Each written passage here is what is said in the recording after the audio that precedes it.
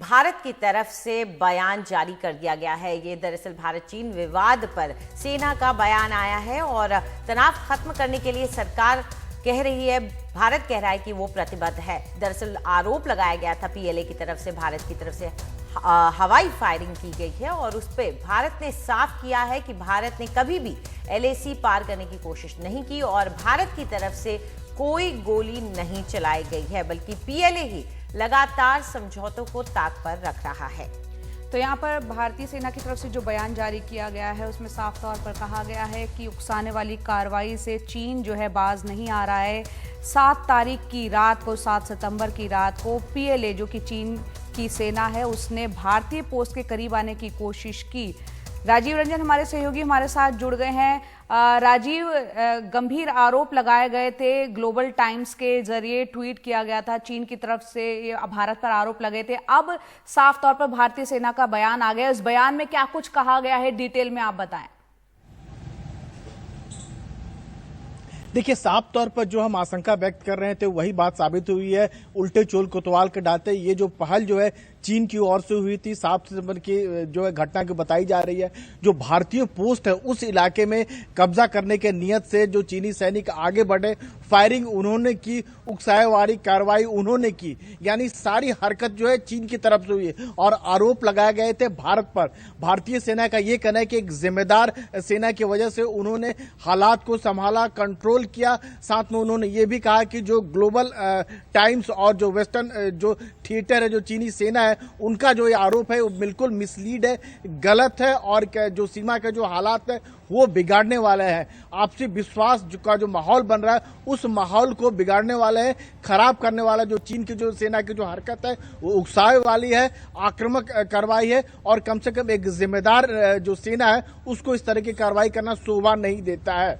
जी राजीव, एक बार अगर हम देख लें कि क्या कहा गया था चीन की तरफ से, तो उनका कहना था कि एलएसी पर फायरिंग की गई है, भारत की तरफ से हवाई फायरिंग की गई है और ये ग्लोबल टाइम्स जो उनका मुखपत्र है उसकी तरफ से ट्वीट करके कहा गया था। तो इस तरह के जो आरोप लग रहे हैं, हमने पहले भी देखा कि जो हमारे मंत्री हैं एक्सटर्नल अफेयर्स, उन्होंने कहा कि अब बातचीत ही एक तरीका रह गया है। तो क्या दोनों सेनाओं के बीच में जो बातचीत लगातार पहले से होती आ रही थी उसका कोई असर नहीं दिख रहा है इस वक्त?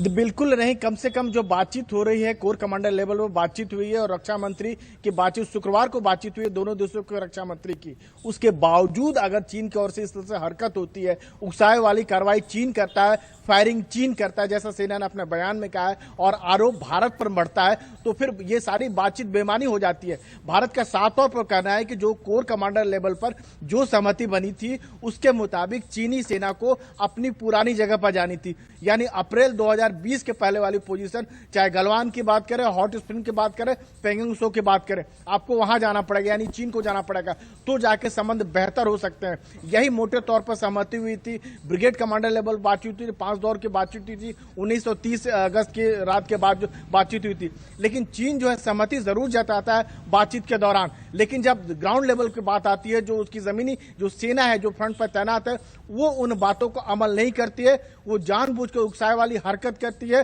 भारतीय ये सेना कहना है कि वो संयम के साथ परिचय दे रहे हैं, एक जिम्मेदार, एक प्रोफेशनल आर्मी की तरह रिएक्ट कर रहे हैं। जी राजीव, हमारे साथ कादम्बनी शर्मा भी हमारी सहयोगी जुड़ गई हैं। कादम्बनी, यहाँ पर अब सेना की तरफ से बयान आ गया जिसमें कहा गया है कि 7 तारीख को बल्कि भारत की तरफ से नहीं पीएलए की तरफ से हवा में फायरिंग की गई थी, भारत ने पूरा संयम बरता। आपसे समझना चाहेंगे कि अब जबकि 10 तारीख को संभावित हो सकती है एक बैठक विदेश मंत्री भारत के और साथ ही चीन के विदेश मंत्री के बीच, इस पूरे तनातनी को किस तरह से देखा जाए और कितनी उम्मीद रखी जाए इस बातचीत से, क्योंकि आपने बताया था कि कूटनीतिज्ञ रह चुके हैं हमारे विदेश मंत्री एस जयशंकर। बिल्कुल जया, जो अभी ताज़ा जो इंसिडेंट हुआ है, जिस तरह से अब हमारी सेना ने साफ कर दिया है कि हमारी सेना ने बहुत जिम्मेदार व्यवहार किया, लेकिन उनकी तरफ से पीएलए ने हवा में फायरिंग की। बहुत साफ है यहाँ पर कि चीन जो है वो एक प्रेशर टैक्टिक्स अपना रहा है, वो एक प्रेशर बनाने की कोशिश कर रहा है, ये धमकाने की कोशिश कर रहा है कि हम अभी बेहतर सिचुएशन में हैं, क्योंकि हमने देखा लगातार जिस तरह से वो बातचीत में भी शामिल हो रहा है लेकिन जमीन पर उसका कोई भी एक्शन नजर नहीं आ रहा। इससे साफ साफ ये पता चलता है कि जो इनफॉर्मल समिट हुए हैं हैं, उसके अलावा जो बातचीत हुई है, जो वर्किंग मैकेनिज्म की बातचीत हुई है, सैन्य कमांडर स्तर पर जो बातचीत हुई है, इन सब के पीछे उसकी मंशा सिर्फ एक है, वो है स्टॉलिंग। यानी कि बातचीत आप करते रहो लेकिन एलएसी पर अपना पूरा इंफ्रास्ट्रक्चर बनाते रहो, आगे बढ़ने की पूरी कोशिश करते रहो, जमीन हथियाने की कोशिश करती रहो। तो यही यहां पर उसकी टैक्टिक्स नजर आती है। और बातचीत के पहले उसने और माहौल काफी टेंस कर दिया है, तनाव क्रिएट कर दिया है, ताकि उसकी कोशिश यह है कि भारत किसी तरह से बैकफुट पर चला जाए। देखना होगा कि 10 तारीख को जब मुलाकात होती है, हमारे सूत्र बता रहे हैं कि मोस्ट लाइकली है ये मुलाकात एस जयशंकर और वांग यी जो चीन के विदेश मंत्री हैं उनके बीच रशिया में ये बातचीत हो सकती है। उसमें ये एक तरह से प्रेशर टैक्टिक्स की तरह ये इस्तेमाल किया जाएगा, ये बताने के लिए कि हम बेहतर सिचुएशन में हैं, मिलिटरीली ये कोशिश की जाएगी इंप्रेस करने की। तो ये फिलहाल एक तरह से एक माहौल बनाने की कोशिश जो मुझे लग रहा है वो है यहाँ पर। जया, बिल्कुल माहौल बनाने की यहाँ पर कोशिश है। और कादम्बनी, आप और राजीव हमारे साथ बने रहे। यहाँ पर आपको बता दें कि एलएसी पर फायरिंग को लेकर चीन के आरोप से पहले ही भारत और चीन के बीच जो विवाद चल रहा था उस पर एस जयशंकर विदेश मंत्री ने एक बयान दिया था, और ये बयान उन्होंने इंडियन एक्सप्रेस के साथ बातचीत के दौरान दिया। दोनों देशों के बीच राजनीतिक स्तर पर बहुत गंभीर बातचीत की जरूरत है। अंजलि, इस बयान में ये कहा गया था। साथ ही ये भी कहा गया कि गलवान में जो हुआ वो दुर्भाग्यपूर्ण घटना थी। गलवान की घटना के बाद तनाव कई गुना बढ़ गया है। उनका कहना है कि अच्छे संबंध के लिए सीमा पर शांति जरूरी है, शांति पर निर्भर करते हैं समग्र रिश्ते। तो एक बार फिर से रुक करते हैं कादम्बरी शर्मा का। कादम्बरी, जो इंटरव्यू में उन्होंने बात कही कि the state of the border can not be delinked from the state of the relationship, आप अपने रिश्तों की जो हालत है उसको आप अपने जो सीमा पर हो रहा है वो उससे जुड़ा हुआ है, ये इसका मतलब आप क्या कहना चाह रहे हैं?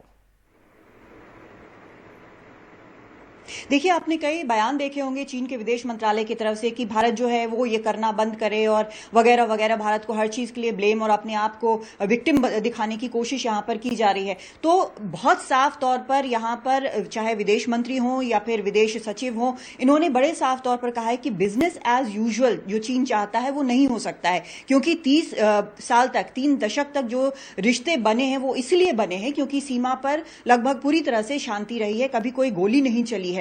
तो जो पूरा रिश्ता है वो इस बात पर बेस्ड है कि सीमा पर स्थिति कैसी रहती है, और चीन अगर ये चाहता है कि वहां पर वो अपनी मनमानी करता रहे, इस तरह से उकसावे की कार्रवाई करता रहे और बाकी रिश्ते जो हैं वो अलग से बढ़ते चलें, तो ये संभव नहीं है। ये बहुत साफ तौर पर बता दिया गया है। पहले आपने देखा होगा अंजलि कि आमतौर पर हमने जो विदेश मंत्रालय की ब्रीफिंग होती थी या बयान आते थे उसमें चीन का साफ तौर पर नाम नहीं होता था, लेकिन जो हुआ है पिछले कुछ महीनों में, 3 से 4 महीनों में, उसमें अब सीधे तौर पर मंत्रालय जो है वो बता रहा है कि चीन किस तरह से उकसावे की कार्रवाई कर रहा है, एक तरफा वहां पर स्टेटस को चेंज करने की कोशिश कर रहा है, जमीन हथियाने की कोशिश कर रहा है। तो ये सब कुछ उसी संदर्भ में देखा जाना चाहिए कि चीन जो है वो अपनी मनमानी करता रहे और उम्मीद करे कि भारत में वो बिजनेस करता रहे, भारत में वो बाकी अपना काम चलाता रहे। तो ये संभव नहीं है, क्योंकि जो भी रिश्ता है उसका जो आधार है वो एलएसी पर, वो सीमा पर शांति से सीधे सीधे तौर पर जुड़ा हुआ है। अंजलि जी, कादम्बनी, बहुत ही संक्षेप में आपसे ये भी समझना चाहेंगे कि क्या वजह है कि चीन जो है